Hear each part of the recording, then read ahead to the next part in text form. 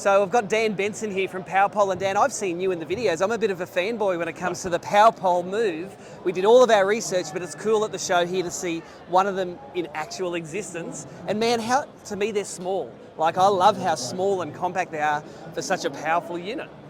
It is. It's small, it's lightweight, 20 to 30 pounds lighter than your current trolling motor. Yep. But just because it's lightweight doesn't mean it's not durable. We built it to be durable, indestructible, lightweight, absolutely silent, Yep. and crazy powerful. So it's got all the power you need. Show us how it tears this tank up.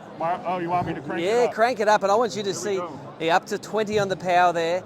And you can see in this tank here how it is washing machining this tank. It is.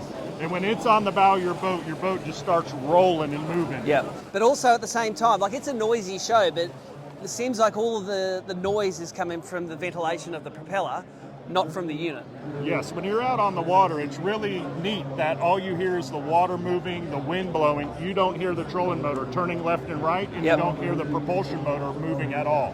So it is the first silent trolling motor. Now, I've never done it before, but this is the steering. So Yeah. the steering, it's fast. It's fast and it's quiet.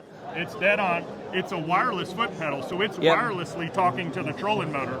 You have to hook it to power, so 12, 24, 36, Yep. but then it wirelessly talks to the trolling motor, and it is instant. When you move left or right, it moves left or right. Now, for me also, I watched through the videos, it looked like the stomp switches on the deck were big, but they're quite small, these stomp switches. And Nicole, we'll get some cutaways of these, but the spot lock, That'll put your prop constant on. Constant on. Follow a compass. So as you move the pedal, it just follows that direction. Prop constant on. You don't have to babysit your trolling motor. Now, I think the cool part about that is I was just watching some of the live footage out on the water at the Bassmaster Classic here.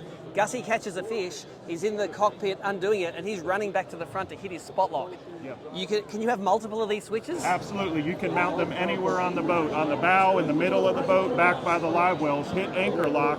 We've got the most precise drone GPS you can ever get to put in a trolling motor. Yep. So we're going to lock you, hold you tight. You're not going to wander.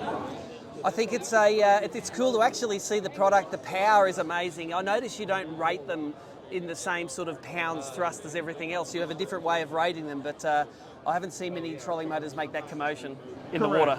We didn't want to lie and give you a fake thrust rating, so if you put it in the water and if the industry ever standardizes thrust, that's 100 pounds of true thrust. True thrust. Some other motors that claim 112 on that same scale are about 78. I mean, I don't want to tell you I can push 160, but I got power.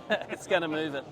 Look, I think it's great. It's great to actually be able to see the product at the show. What Americans are great at is being able to give you some hands-on displays of the product. You're not afraid to bring the water in here to get the people up and using it. And what's the feedback been from the people?